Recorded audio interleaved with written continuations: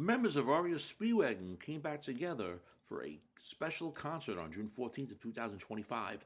This is the Rock and Roll Weatherman. My name is Sean Morrison, and it was in their hometown of Chicago, Illinois. It was a special concert, retrospective, honoring their lengthy career.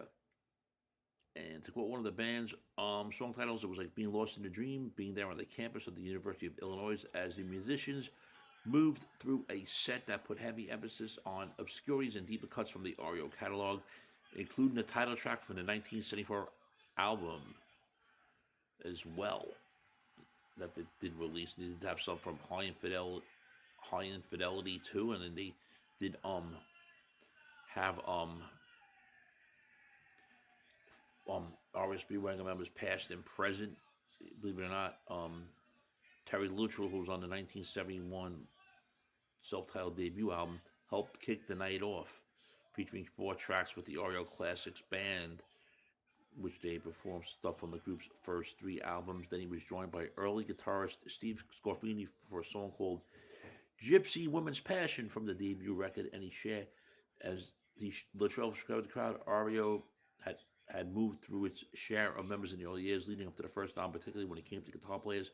Scorfina entered the fold, recommended by St. Louis native Michael McDonald, who told the group they should contact the guitarist.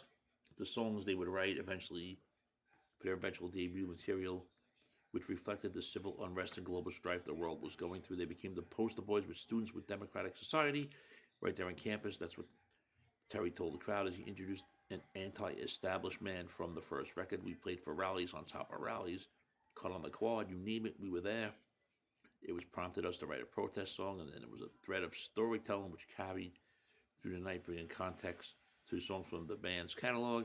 And they also honored their falling members and guitarist Gary Rickrack and bassist Greg Philbin with a formal presentation to Rickrack's son Eric, who had flown in from Edinburgh, Scotland, to appear with Reo Illums that same night.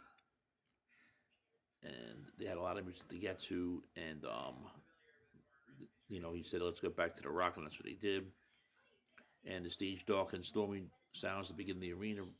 Rickrack stayed on stage to play guitar for the Reo Speedwagon song "Riding the Storm Out." He was surrounded by the band members, keyboardist, and co-founder Neil Dowdy, as well as co-founding drummer Alan Gratzer and early vocalist Mike Murphy. They beamed with pride through the night. Incredibly, was Gratzer's first time playing songs from his former group's catalog in 37 years, and there was no apparent rust. Man, it's been that long because he left the band when the 1988 Greatest Hits album came out, and Alan Gratzer said he's been very happily retired following the performance of the band's 1984 single "Can't Fight This Feeling," their second and final #1 with the group. Neil and him started the band in 1967, which many already know, over in Townsend Hall on the second floor. And he said after their freshman year, they went home over summer and said, "Let's come back in the fall when we go to school and form a band," and gave him an assignment to learn the first Doors album, when Gratcher pinch hitting on vocals and bass and Dowdy playing drums. And initially, it sparked a little cover band that evolved through a series of personal changes. And once Rick Rack joined the lineup, the rest of the story was kind of history.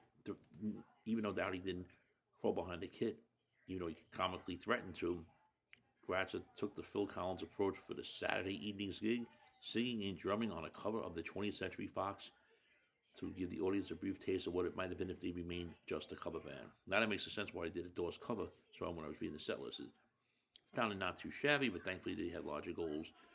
They brought back the hit records, the ongoing skirmish with Cronin that brought Reo Speedwagon to an unexpected conclusion in the 24. Put a bit of sadness in the air, but Hall sought to highlight the positive side, though it was clear he was fighting his own emotions. He goes, "I got to tell you something. As hard as it's been for everybody, including me, don't forget that love will kill you," and he's counting on that. In reality, this is Reo's last show. Let's hope not. And it was definitely a good set list and everything that they did put together, which I'm going to definitely discuss with you guys right now. And the set list included, and don't quote me on this, I'm just going by I'm reading courtesy of Setlist FM. Terry Luttrell and the classic REO Speedwagon band. First started with the Star Spangled Banner. I don't know if that was just an intro before they came on the stage or the band actually played it. Then they did Son of a Poor Man, Gypsy Woman's Passion, that features Steve Scorfina, Anti-Establishment, and Golden Country. And that featured Terry Luttrell and the Classics REO Speedwagon Band. Then we had REO Speedwagon, Neil Dowdy, Alan Gratzer, and Bruce Hall. We had it started with Riding the Storm Out with Mike Murphy, who was lead vocalist after Kevin Cronin left the first time. It was Mike Murphy and Eric Rickrack. They also played songs Sing to Me, Let's Bebop. One song which I enjoy, Only the Strong Survive, of course, that's off the Nine Lives album. Time for Me to Fly. Then we had Lost in a Dream with Mike Murphy and Sarah Siders performing. Then Can't Fight This Feeling featured Mike Murphy on the keyboards. Not sure who sung it. Then I mentioned the Doors cover before. He also played keyboards on Take It on the Run, Mike Murphy. Tim Hall, which I'm assuming is Bruce Hall's son, did the bass solo and the Halloween Chant. Then they did Back on the Road Again. Of course, that's the Bruce Hall song, and obviously he sung it. Keep on Loving You with Mike Murphy on the keyboards. Keep Pushing with Mike Murphy on the keyboards. Don't Let Him Go. Then we had Roll with the Changes, which featured Mike Murphy, Terry Luttrell, Steve Scorino, Crew, and Family.